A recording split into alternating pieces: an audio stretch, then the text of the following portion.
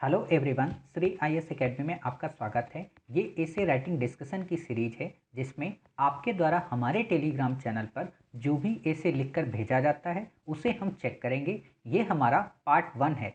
Already हमारी ऐसे writing की सीरीज चल रही है जिसमें हमारे 10 पार्ट आ चुके हैं। उसमें हम अपने द्वारा ऐसे को कैसे लिखना चाहिए उस संबंध में जानकारी देते हैं। इस सीरीज में हम आपके द्वारा जो ऐसे लिखकर आए होते हैं हमारे टेलीग्राम चैनल पर उसे चेक करने की कोशिश करते हैं। ये पार्ट 1 है, तो चलिए देखते हैं कि आपके द्वारा हमारे टेलीग्राम चैनल पर किस प्रकार का ऐसे लिखकर भेजा गया।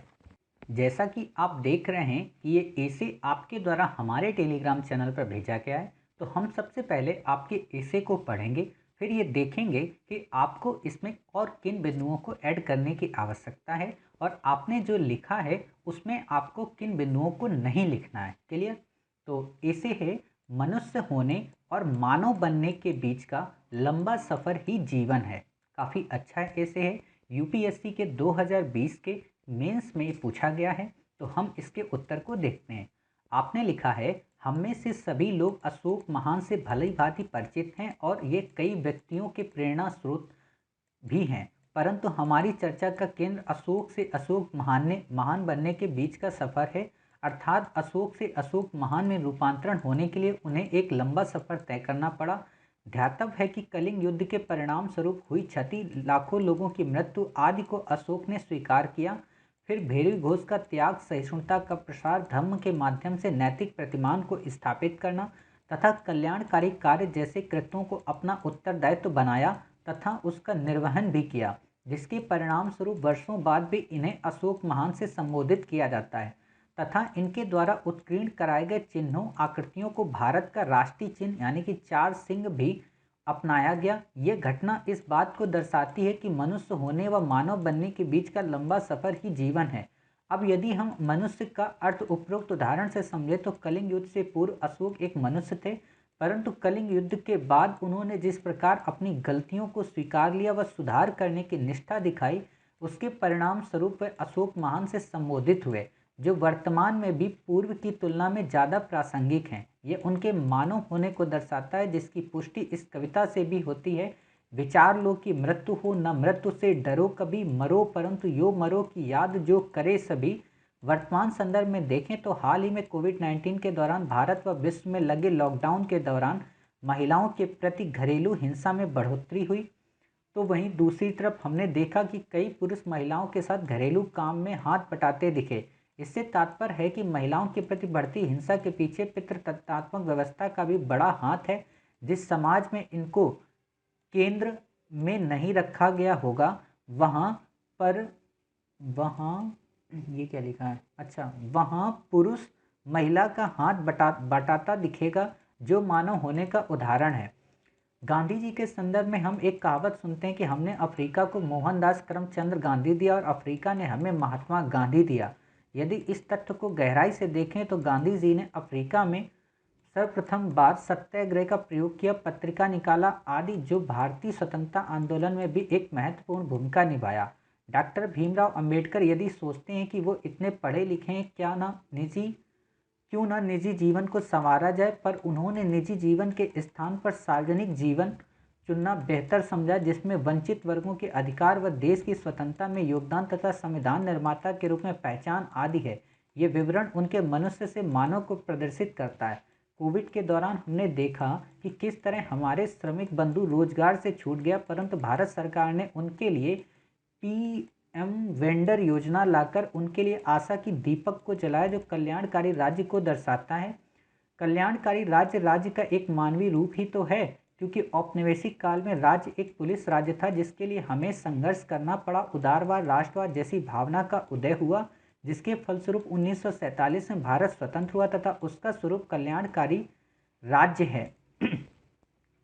प्राकृतिक आपदा के जैसे उत्तराखंड त्रासदी, केरल बाढ़ व उड़ीसा चक्रवात के दौरान भारतीय जनमानस में जिस तरह सहयोग की भावना उभरी, वह मानवीय गुण ही तो है। कोविड-19 के दौरान हमने देखा कि एक बीबीसी पत्रकार जो श्रमिक का न्यूज़ कवर कर रहे थे, तो उन्होंने देखा कि उस श्रमिक के पास जूते नहीं हैं और वह बीबीसी पत्रकार ने अपने जूते को उतार कर उस श्रमिक को दे दिया, जो मानवता होने का उदाहरण है। अब प्रश्न उठता है कि मनुष्य से मानव का रूपांतरण कैसे होता है। तो इसका जवाब मनुष्य अपने जीवन के लक्ष्य को में समझने ले ले तथा इसकी प्राप्ति के लिए कौन सा साधन अपनाना तथा वह साधन व साध्य भी प्रकृति मानवतावादी हो तो वह मानव के रूप में परिवर्तित हो जाता है। इसके लिए उसके भीतर सत्यनिष्ठा, सहिष्णुता, समानता, स्वतंत्रता व बंधुत्व की भावना की प्रवृत्ति उत्पन्न हो जाती है। इस भावना के उत्पन्न होने में परिवार, समाज व शिक्षण संस्थाओं की अहम भूमिका होती है। अर्थात मनुष्य से मानव बनने में कई कारकों का योगदान होता है।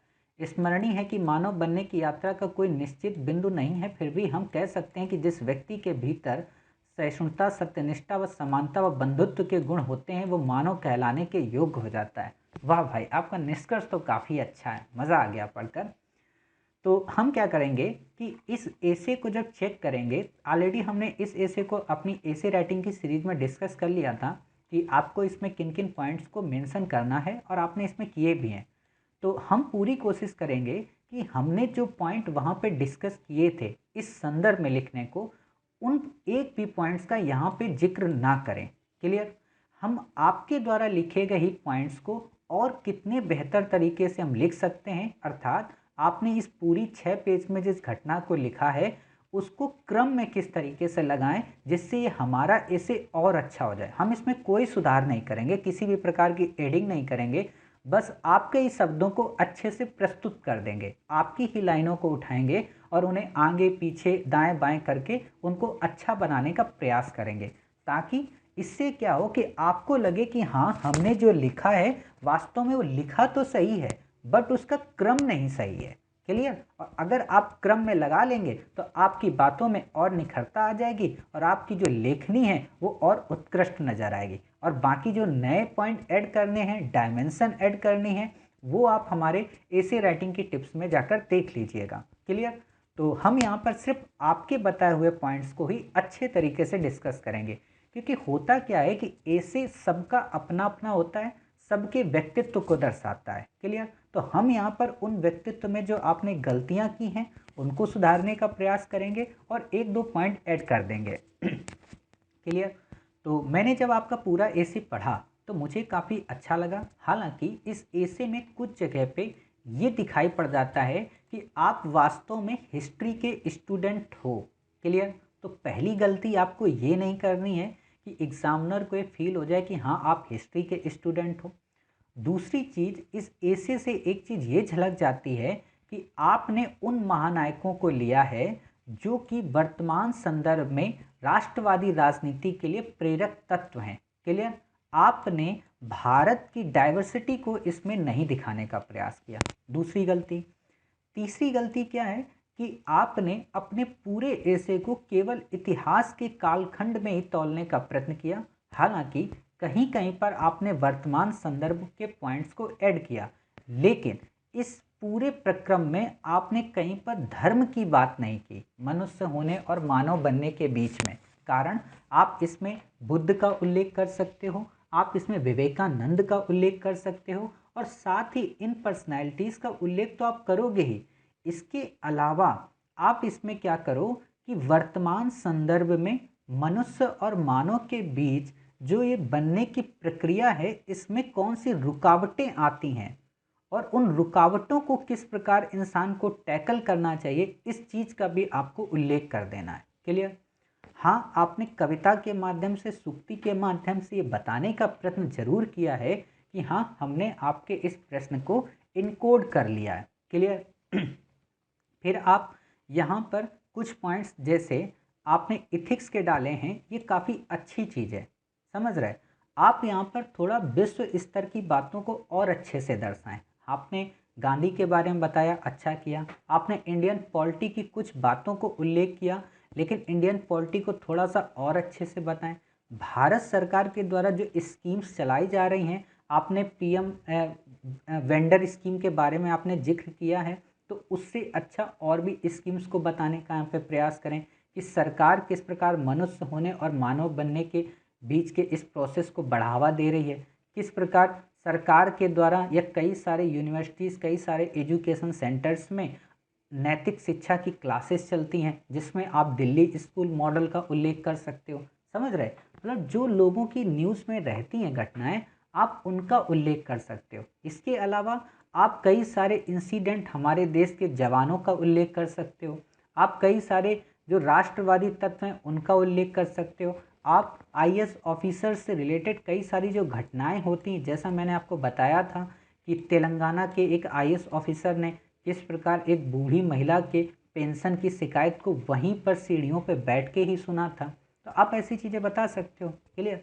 तो अब हम ये देखते हैं कि आपको इसमें कौन से पॉइंट नहीं ऐड करने थे। जैसे आपने जब अशोक की बात की और आपने पूरा का पूरा पैरा अशोक पे ही बता दिया, जितनी भी बातें यहाँ पे आपने बताई लगभग यहाँ तक आप अशोक को ही बताते चले आए। ठीक, यानी कि 2 पैरा में केवल आपने अशोक को बताया। आप केवल यहाँ अशोक को मत बताते, आप यहाँ पर क्या करते, अशोक के साथ साथ आप अकबर का भी जिक्र कर देते। क्लियर। और अशोक के पहले आपको बुद्ध की बात करनी थी कि बुद्ध ने किस प्रकार मतलब अपने सारे राज सिंहासन को छोड़कर मानव बनने की ओर निकल पड़े, किस प्रकार उन्होंने अपने जीवन का समर्पण पूरे मानव सभ्यता को डेवलप करने में लगा दिया।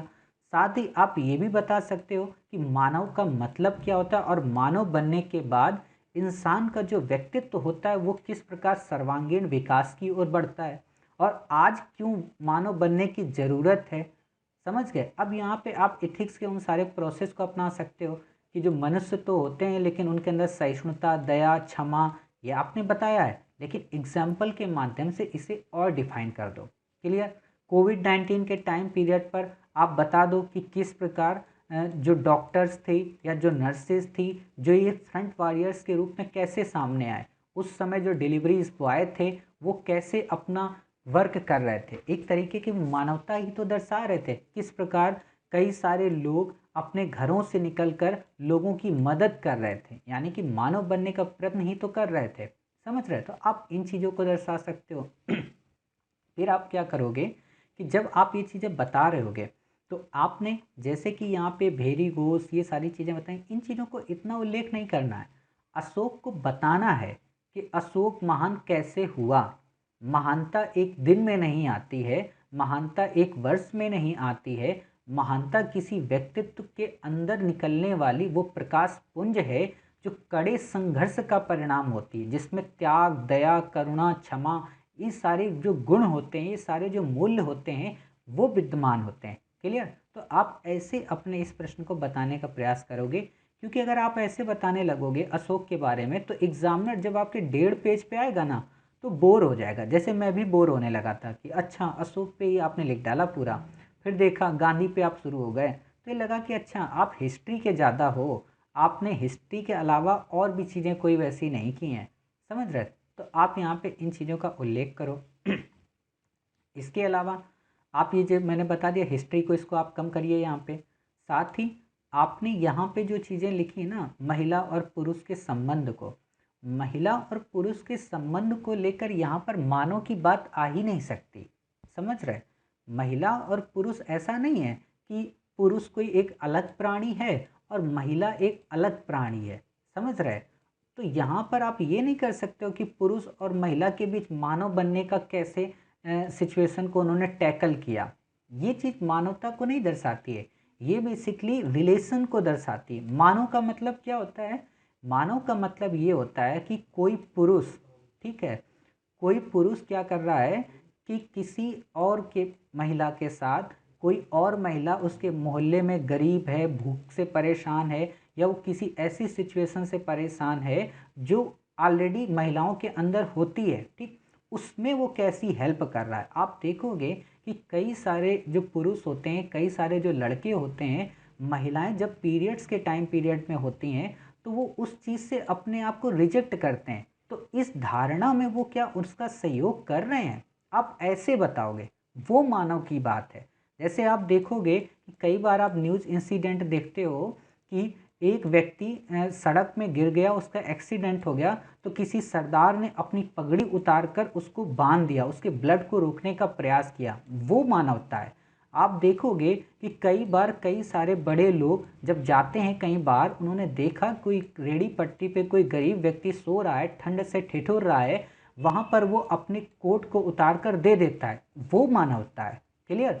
आप देखोगे कि कोई व्यक्ति है जिसके अंतिम संस्कार करने के लिए कोई मानव उपस्थित नहीं है, तो वो व्यक्ति उसके अंतिम संस्कार में जाकर अपनी पूरी क्रियात्मक भूमिका निभाता है, जबकि उसका कोई संबंध नहीं है वहाँ से। वो मानव है, समझ रहे। मतलब मानव का मतलब ये है कि ये किसी उम्र, किसी जाति, किसी धर्म, किसी संप्रदाय से संबंधित नहीं है। आप सत्यमेव जयते जो सीरियल आया था उसको जब देखेंगे तो आप देखेंगे कि वहाँ पर एक मुस्लिम चचा वो क्या करते हैं कि कोई भी व्यक्ति जिसका कोई नहीं है उसका अंतिम दाह संस्कार करते हैं। अब सोचो, वो बंदा मुस्लिम है, उसकी परंपरा अलग है, उसका धर्म अलग है, उसकी जाति अलग है, सब कुछ अलग है, उसके रीति रिवाज, बट फिर भी अगर वो किसी का अंतिम संस्कार करता है और उसे पता चलता है कि अच्छा इसका अंतिम संस्कार हिंदू रीति रिवाज से होगा तो उसे हिंदू रीति रिवाज से करेगा, अगर मुस्लिम रीति रिवाज से होगा तो उसे मुस्लिम रीति रिवाज से। कहने का मतलब क्या है कि वो मानवता को प्रमोट कर रहा है, वो मानव बनने का प्रयत्न कर रहा है। आप देखोगे कि एक महिला है गंगा ताई, महाराष्ट्र की महिला हैं, तो उन्होंने क्या किया कि जितने भी अनाथ बच्चे हैं पूरे इंडिया में, जो भी उनको दिख जाता था रास्ते में, उन सबको अपने आप पालने लगी और अपनी बेटी को अनाथालय छोड़ाएं। समझ रहे कि ताकि वो किस जो बच्चे उनके साथ रहते हैं उसके साथ वो किसी भी प्रकार का भेदभाव ना कर पाए। और आज आप देखिए लगभग उनके उस पूरे प्रोग्राम में 20 से 25 हज़ार बच्चे हैं, जिसमें 2000 के आसपास आईएएस ऑफिसर है, कोई डॉक्टर है, कोई नर्सेस है, कोई फॉरेन में पढ़ रहा है, कोई कहीं कुछ कर रहा है। और वो महिला आज काफ़ी सारे अवार्ड्स को प्राप्त कर चुकी है। आप देखोगे कि जब राष्ट्रपति किसी को अवार्ड प्रोवाइड करते हैं, चाहे पद्म भूषण हो चाहे पद्म विभूषण हो, तो इसमें क्या होता है, उन्हीं लोगों को तो प्रोवाइड किया जाता है क्योंकि वो मानव बनने की ओर कोशिश कर रहे हैं, देश के लिए, समाज के लिए, राजनीति के लिए कुछ अच्छा करने का प्रयास कर रहे हैं। तो आप इन चीज़ों का इसमें उल्लेख कर सकते हो करंट सिचुएशन से। क्लियर। फिर आपने जैसे बताया कि गांधी, अफ्रीका को हमने गांधी दिया और अफ्रीका ने हमें क्या दिया, काफ़ी अच्छी बात है, आपने इस लाइन को कोड किया। लेकिन जब आप इस लाइन को कोड करते हो तो इसमें क्या झलकता है, इसमें एक एहसान झलकता है, किसको, अफ्रीका को देने का। और इस मानसिकता से आपको बचना है कि अगर हमने अफ्रीका को गांधी ना दिया होता तो अफ्रीका इतना अच्छा डेवलप ना हो पाता। आप यहाँ पे ये लिख सकते हो कि गांधी को हमने, जब हमारे देश का गांधी जब अफ्रीका गया तो उसने अपने विचारों, अपने संस्कारों, अपने नीति नियम सिद्धांतों से न केवल अफ्रीका को प्रभावित किया बल्कि समस्त विश्व को एक ऐसी प्रकाश पुंज प्रदान की जो कि आगे चलकर मार्टिन लूथर किंग और नेल्सन मंडेला के रूप में उभर कर आई। अर्थात वहाँ के लोगों के अंदर मानवता के जिस बीज का बीजारोपण किया वो मोहनदास करमचंद गांधी था। हालांकि वहाँ की सामाजिक परिस्थितियाँ, वहाँ की आर्थिक स्थितियाँ, वहाँ की राजनीतिक परंपराओं ने भी इसमें एक अपना सहयोग प्रदान किया। आप ऐसे लिख सकते हो, समझ रहे। तो यहाँ पे ऐसा लिखिए, होता क्या, जब आप इंडिया की फॉरेन पॉलिसी और नेबरहुड पॉलिसी पढ़ते हो तो वहाँ पर यही कंप्लेन आती है फॉरेनर्स के बीच में कि जब हम अपने पड़ोसियों से ट्रीट करते हैं तो उन्हें जता देते हैं कि हम ना होते तो बेटा तुम्हारा नेपाल कुछ हाल ना अच्छा हो पाता, हम अगर ना होते भूटान साहब तो आपको कोई नहीं बचा सकता। ये नहीं करना है। क्लियर। क्योंकि आप जब एग्ज़ाम दे रहे हो तो आपके इस एग्ज़ाम में ट्रेनिंग सेंटर में भूटान के लोग भी मिलेंगे, नेपाल के लोग भी मिलेंगे, समझ रहे। तो इस चीज़ से थोड़ा बचिए। फिर देखिए आपने आगे क्या किया है, बाबा साहब भीमराव अंबेडकर की बात की। देखिए आपने यहाँ पर कोशिश क्या की है, मेरी नज़र से, मैं अगर आपके व्यक्तित्व को तलाशने का प्रयास कर रहा हूँ, आपने कोशिश किया कि गांधी को तो हमने लिख दिया और अगर अंबेडकर साहब को नहीं लिखेंगे तो फिर दिक्कत हो जाएगी। तो आपको इस बैलेंस वाली अप्रोच से बचना है। अंबेडकर महान है, ठीक है, अच्छी बात है, गांधी महान है, अच्छी बात है, लेकिन आप देखो कि अंबेडकर साहब के बारे में जब भी कोई व्यक्ति बात करता है, ठीक, तो अंबेडकर क्या सबके अंबेडकर थे? आप ये बताइए। मैंने आपको एक चीज़ बताई थी कि जब भी हम किसी पर्सनालिटी के बारे में लिखते हैं तो वहाँ पर हम इस बात को ध्यान में रखते हैं कि वास्तव में मानवता का मतलब क्या है। हाँ, आप अंबेडकर के जीवन में ये जरूर लिख सकते हो कि अंबेडकर साहब ने नीचे स्तर से उठकर किस तरीके से उस समाज में उस समय जहाँ परंपरा और रूढ़िवादिता इतनी जटिल थी कि उन्होंने उसी परंपरा और उसी रूढ़िवादिता, उसी पोथी पत्रिका को चुनौती देने के लिए भारत के संविधान को गढ़ दिया। अर्थात उन्होंने एक ऐसी पुस्तक का निर्माण किया जो कि किसी जाति के बंधन में, किसी धर्म के बंधन में, किसी राजनीति के बंधन में नहीं बंधी थी, वो मुक्त थी। अर्थात मानवता के हित के लिए और नए भारत के निर्माण के लिए उन्होंने जिस पुस्तक का अनावरण किया वो भारतीय संविधान के रूप में प्रदर्शित हुई। आप ऐसे अंबेडकर की महानता बताओ, आप अंबेडकर के जीवन को बताकर महानता बताने का प्रयत्न मत करो। उन्होंने वो महान कार्य कौन सा किया, क्लियर? तो आप ऐसे अंबेडकर साहब को बता सकते हो। और बार बार कोविड 19 को इंक्लूड मत कीजिए। एक बार जहां आपने कोविड 19 कर दिया उसको कोविड 19 पर ही रखिए। और मेरा ये मानना है, आपने जब इतनी घटनाएं बता दी ना, तो आप इस लाइन को जरूर पहले डालो पैरा में। जैसे आपने ये डाला ना, अब प्रश्न उठता है मनुष्य से मानव का रूपांतरण कैसा होता है।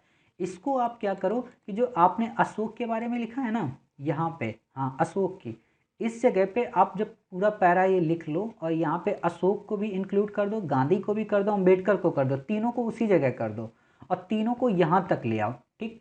फिर यहाँ पे इस लाइन का आप उपयोग कर सकते हो। नीचे से यहाँ से लिखने की शुरुआत करो कि अब प्रश्न उठता है कि मनुष्य से मानव बनने के बीच। इससे क्या होगा कि अगर एग्जामिनर यहाँ तक थक गया होगा तो उसको फिर से सुसुप्तावस्था से जगाने के लिए एक नवीन ऊर्जा यहाँ से उसे मिल जाएगी और सोचेगा कि हाँ अब हमें कुछ नया मिलने वाला है, क्लियर?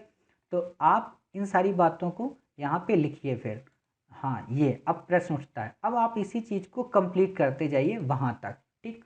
अब जब आपने इतनी बातें यहाँ तक कंप्लीट कर दी तो इस निष्कर्ष को बचा कर रखिए, इस निष्कर्ष को आपको नहीं बताना है, ठीक है। फिर आप क्या करें, कई सारे और डायमेंशन इसमें इंक्लूड करें, कई सारे और डायमेंशन। विश्व स्तर पर मानवता में किस प्रकार कमी आ रही है, विश्व स्तर में किस प्रकार नीति नियम सिद्धांतों में कमी आ रही, किस प्रकार लोग लोभ और लालच के कारण मनुष्य होने के मर्म को नहीं समझ पा रहे, किस प्रकार आज मनुष्य पशुओं की भांति नित्य कार्य करता है लेकिन मानव होने के प्रति नैतिकता को नहीं दर्शाता। आप ऐसे दर्शा सकते हो, आप दर्शा सकते हो कि विश्व में बढ़ती हिंसा किस तरीके से मानवता के रूप में कलंक है। आप बता सकते हो कि मानव होने के बावजूद भी हम अपनी प्रकृति माता, हम पर्यावरण के प्रति इतने सचेत नहीं हैं। आप ये बता सकते हो आज मनुष्य इतना लालची हो गया है, अपने स्वार्थ के लिए जलवायु को किस प्रकार डिस्टर्ब कर रहा है। आप ये बता सकते हो किस प्रकार संशोधनों का हम दोहन कर रहे हैं। अर्थात मनुष्य से मानव बनना केवल व्यक्तित्व का ही परिलक्षण नहीं है या व्यक्तित्व में ही परिवर्तन नहीं है, बल्कि मनुष्य से मानव बनना एक समग्र दृष्टिकोण भी है। और उस दृष्टिकोण में न केवल राजनीतिक बातें निहित होती हैं, न केवल आर्थिक बातें निहित होती हैं, बल्कि सांस्कृतिक और भौगोलिक बातें भी निहित होती हैं। और ये सांस्कृतिक और भौगोलिक बातें किसी सीमा के बंधन में नहीं बनती हैं। इसमें मेरा देश और तेरा देश नहीं होता है, इसमें मेरा और तेरा नहीं होता है, इसमें वसुधैव कुटुंबकम का विचार होता है, इसमें उस धरती का विचार होता है जिसके हम सभी एक बेटे हैं। समझ गए? ऐसे आपको लिखना है, आपको बताना है कि किस प्रकार मनुष्यता या मानवता अर्जित की जाती है। और इसे अर्जित करना तो आसान है, लेकिन इसे हमेशा वैसा ही बनाए रखना उससे भी जटिल है। और ख़ास तौर पर वर्तमान भौगोलिकरण, वर्तमान निजीकरण और वर्तमान वैश्वीकरण के इस दौर में ये परंपरा और मुश्किल हो जाती है। और ये मुश्किल तब और हो जाती है जब विश्व ने 2 महायुद्धों को देखा और उसके बाद आज नाभिकीय संयंत्रों की या नाभिकीय परमाणु हथियारों की या आतंकवादी संगठनों की बढ़ती भूमिका में इस मानवता को बचाए रखना मुश्किल हो जा रहा।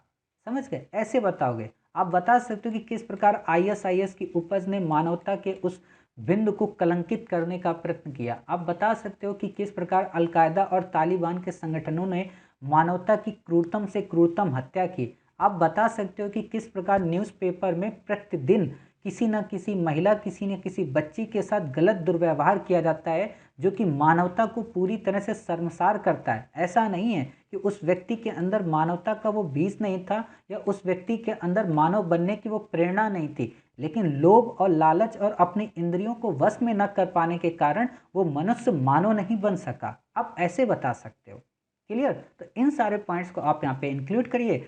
और आपको प्रीवियस पार्ट से मैंने एक चीज़ बताई दी थी कि इतने पॉइंट्स आप और कर सकते हो, आज मैंने एक्स्ट्रा पॉइंट आपको और बता दिए।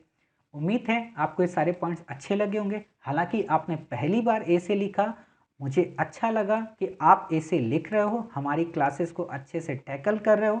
आप ऐसे ही लिखते रहिए, आप एक दिन इससे भी बेहतर ऐसे लिख लोगे। क्लियर? आप प्रति सप्ताह एक ही ऐसे लिखिए, मत आप 2 से 3 लिखिए, लेकिन एक लिखिए। इससे क्या होगा कि आप गलती करोगे, लेकिन गलती करने के बाद आप सीख तो जाओगे कि हाँ, इन पॉइंट्स को हमें ऐड करना है। अब आप देखिए कि आपने इसमें मेरे द्वारा उस समय बताए गए कई सारे पॉइंट्स को ऐड किया। मुझे अच्छा लगा कि आपने इसमें बीबीसी के न्यूज़ चैनल की घटना का जिक्र किया, आपने उस समय के जो रेहड़ी पटरी वाले हैं उनकी बात की। मुझे अच्छा लगा कि आपने उन पॉइंट्स को ध्यान से सुना और उन्हें अलग से लिखा। आपने किस प्रकार उत्तराखंड की त्रासदी, केरल बाढ़ का उल्लेख किया, ये काफ़ी अच्छी चीज़ें हैं।